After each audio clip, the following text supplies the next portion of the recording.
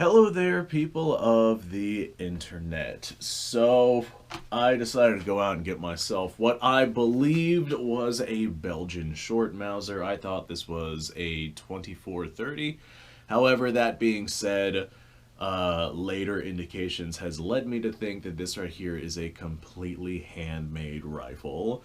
There is absolutely no way of knowing really the background behind this other than the fact that it is from the RTI Ethiopia stash, so it's probably seen and done some stuff. Whenever I had gotten this bolt right here is actually from my Car 98. I do intend on getting myself another bolt. The rifle came without a bolt, so that's just one of the things that I have to deal with. I got to go source myself a bolt. That's fine. The typical Mauser 98 bolt, those are not very hard to find. But the big thing with these Mausers is the barrel length on these bad boys. Let me see if I can grab my Car 98 here. The barrel length on these bad boys, if I line these butts up, is significantly shorter than the barrel length on your standard Car 98. I think the Car 98 is a 24-inch barrel, whereas your Belgian short Mausers tend to be more like an 18-inch barrel. I think it's actually like 17.64 inches or something like that, but just for all intents and purposes, we're just going to go ahead and call it an 18-inch. So I got this, what I believed to be a Belgian short Mauser, and I noticed on the ring of the Mauser receiver there was an Ethiopian crest. And that's not exactly uncommon to find on these Ethiopian rifles. I thought it was cool. I figured that they maybe just scrubbed the crest or something like that and stuck on their own cresting as a result. It's just one of those things that was done in the country whenever these rifles were being used. And then I looked on the side of the receiver right here, and I noticed it didn't have the normal Belgian markings that you would find on your Mauser, but it did have a serial number, and the serial number didn't quite look right. The serial number, it has like a mix of numbers and letters, like not quite right. They're all jumbled together, and there's even one Cyrillic letter in there, which tells me that that is probably not. That's probably not true. That's probably not what is actually going on with this rifle. And then I started looking at the receiver a little bit more, and I was like, okay, the contour of the receiver right here doesn't quite match up properly. The stripper clip guide, that doesn't quite look all that right. So I was like, all right, well, we'll dive into that later. Maybe the receiver's just really worn. So the first thing I did with this thing was I grabbed myself around and I decided to go ahead and bullet test it. And as you can see, we still have some meat on the projectile, which tells me that this rifle's probably going to be pretty gosh darn accurate. The issue with that is whenever I decided to go ahead and check the barrel and check the rifling, there was no bolting it at the time. I just kind of lifted it up, looked into the light so I could see the rifling. And the blasted rifle was a smoothbore. Now, whenever I say it was a smoothbore, I don't mean it was a shot-out smoothbore. I mean there was no rifling in it whatsoever because the barrel was like drilled smooth. And if it was drilled smooth for some kind of cartridge conversion, then it would not seat like this on our projectile. It would have something, like the projectile would seat deeper inside of it. Otherwise, we would see some remains of rifling because the rifling is going to be the full length of the, or the full width of the projectile itself. So we would see some kind of remains of rifling inside of this barrel if it was drilled out for some other chambering, some other calibering. Our projectile would not sit like this. This right here is not a live cartridge, so I'm just going to go ahead and say that for the safety gurus out there. Whenever I load this 8mm Mauser round into our chamber, come on you, whenever I load that into our chamber, it does in fact chamber, and on this bolt, it does not pass, or it does pass the no-go gauge, which tells me that this right here is in fact chambered in 8mm Mauser. It's just got a smooth barrel on it. So that was kind of a head-scratching red flag for me on that one. And then I started looking at the contour of the barrel itself, and I was like, there's no step in this barrel. The barrel's been drilled. There's no step in this thing. I was thinking to myself, maybe it is an Ethiopian-made barrel. Maybe they just decided to go out and make themselves a Mauser barrel to replace this thing, because perhaps this thing was getting too worn out. And then I saw the front sight. And and I was like, all right, this front sight does not look right at all. It's a press fit front sight. The dovetail on it is not actually a dovetail. It's just kind of carved to look like a dovetail front sight. And all of the, what would you call it? We're just going to go ahead and call it engravings because I can't quite remember what it is that they actually call it. The checkering, there we go. That's the term I'm looking for. The checkering on the front sight, that's clearly handmade. The whole front sight here is clearly handmade. So I was like, all right, the front sight and the barrel are clearly handmade. Then I saw my rear sight here, and I was like, that doesn't look like a standard Mauser rear sight. If I zoom this all the way out for what would presumably be 1,000 yards, that's not what your Mauser would be lifted up to at 1,000 yards. So I was like, okay, well, maybe the rear sight is handmade too. Then I was looking at the stock itself, and I was like, the contour of this stock doesn't really look right. The upper handguard doesn't really look right. The hump right here is not quite where it's supposed to be. The receiver doesn't look right. The magazine follower itself, that right there might legitimately be something normal, but for everything else on this rifle, the way that the trigger guard is kind of, it's wavy, but it's not like a dented or damaged wavy. It's more like a not properly all that well-fashioned wavy. The screws themselves, this one right here looks like a factory screw, but these clearly look handmade. I think that this entire Mauser is a 100% handmade Mauser, with the exception of the follower and the spring. And even with those, I'm not positive about it. But I think that those right there are factory just because they got the bluing and whatnot on them. The rest of the metal on this is in the white.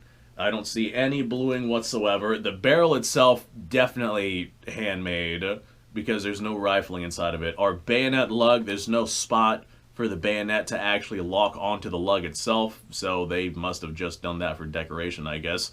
Our front nose cap right here, you can see, as I was looking at it, you can see how it was sort of filed out. I don't know how well this is going to show up on camera, but you can see the file marks and how it's not quite the contour that a Mauser barrel band would normally be. We do have a wood screw that is holding this thing in, which is pretty common and stereotypical for some of your later war Mausers.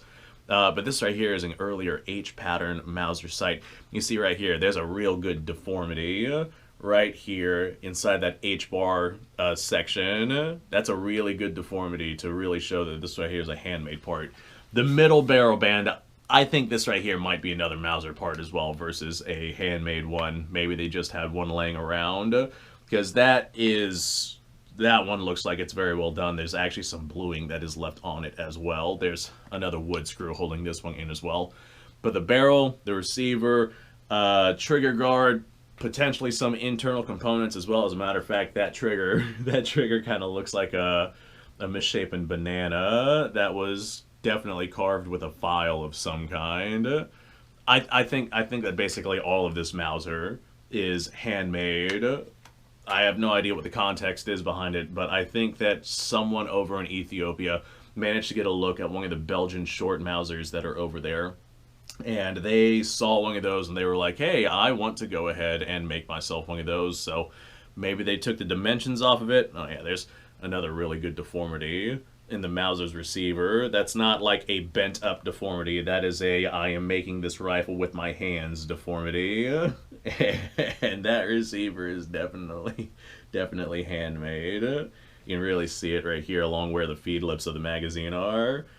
But I'm betting that they had a Belgian Mauser and they wanted to get themselves one or something like that, or maybe they made it as a showpiece, or maybe they were trying to start up domestic production. This is all completely speculation on my part, but this Mauser is completely handmade.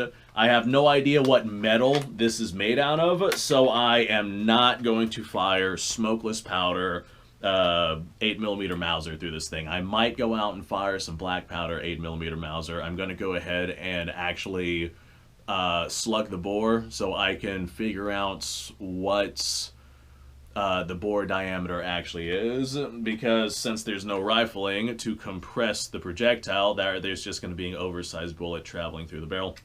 So I'm going to have to go ahead and use properly sized bullets for this thing. I am sure that at some point within this thing's life, it had fired smokeless powder 8mm Mauser ammo. However, that was probably 100 years ago. This is quite the old rifle, stored in God knows what kind of conditions, and who knows what it has seen and gone through. I am not going to fire smokeless powder through it, but I might load up some black powder 8mm Mauser, because I'm sure that it can handle that. Wrought iron, brass can handle black powder. Do I have... Here we go. This is just a piece of brass bar stock that I turned into a little muzzle loader, and if this can handle black powder, I don't care what kind of steel this is made of, it can handle black powder. So I might load up some 8mm Mauser black powder. It will keyhole. There's no rifling inside this. Like I said, I'm going to have to figure out the proper size bullets, but this is still a really cool piece to have in the collection. Having something that is handmade like this is not something that you see very often. I'm not sure how many handmade rifles the Ethiopians made in their time. I'm not sure if they were trying to start a production or if this was, say, a gift to royalty or something like that. I know they had a whole lot of other rifles that they got from other countries during the time period where they were prolifically using these Mausers. But it would make sense that at some point maybe they wanted to start up some domestic production. I have no idea when or what or where or how or who, but this right here is very much clearly handmade.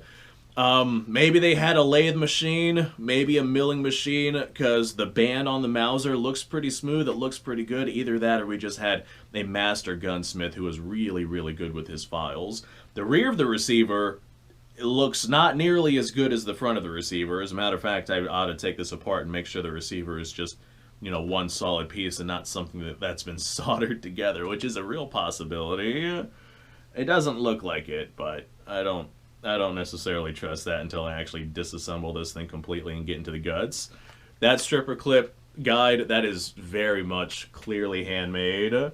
The rear of the receiver right here where the bolt locks into, that's not supposed to look like that. The contour of the indentation of the Mauser receiver right here where the stripper clip guide like lifts upward into the receiver and then you have this little lowered spot. That is not what a normal Mauser contour looks like. Like, this is way too rounded.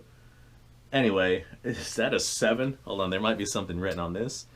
Yeah, it says 67 on it, or maybe 37. That might be a 3. It's so worn out it's hard to tell, but that's a hand-inscribed 37 right there.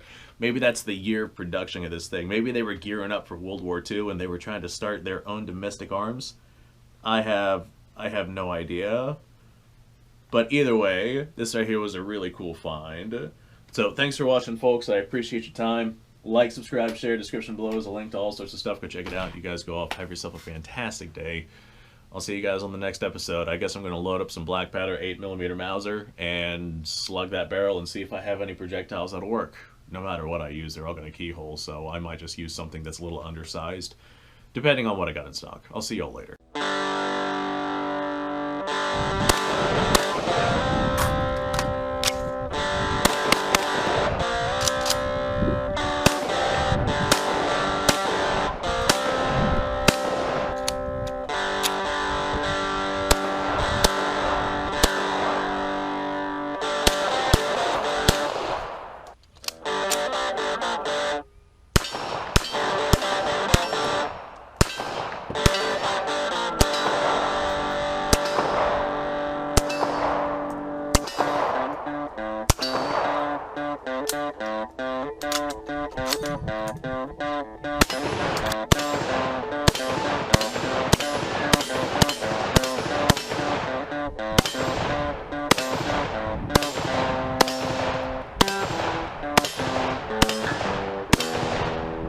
Been a little while since I've done this.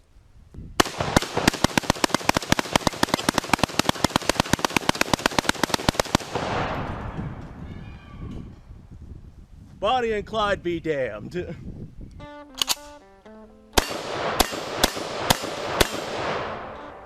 Poor man's Garen.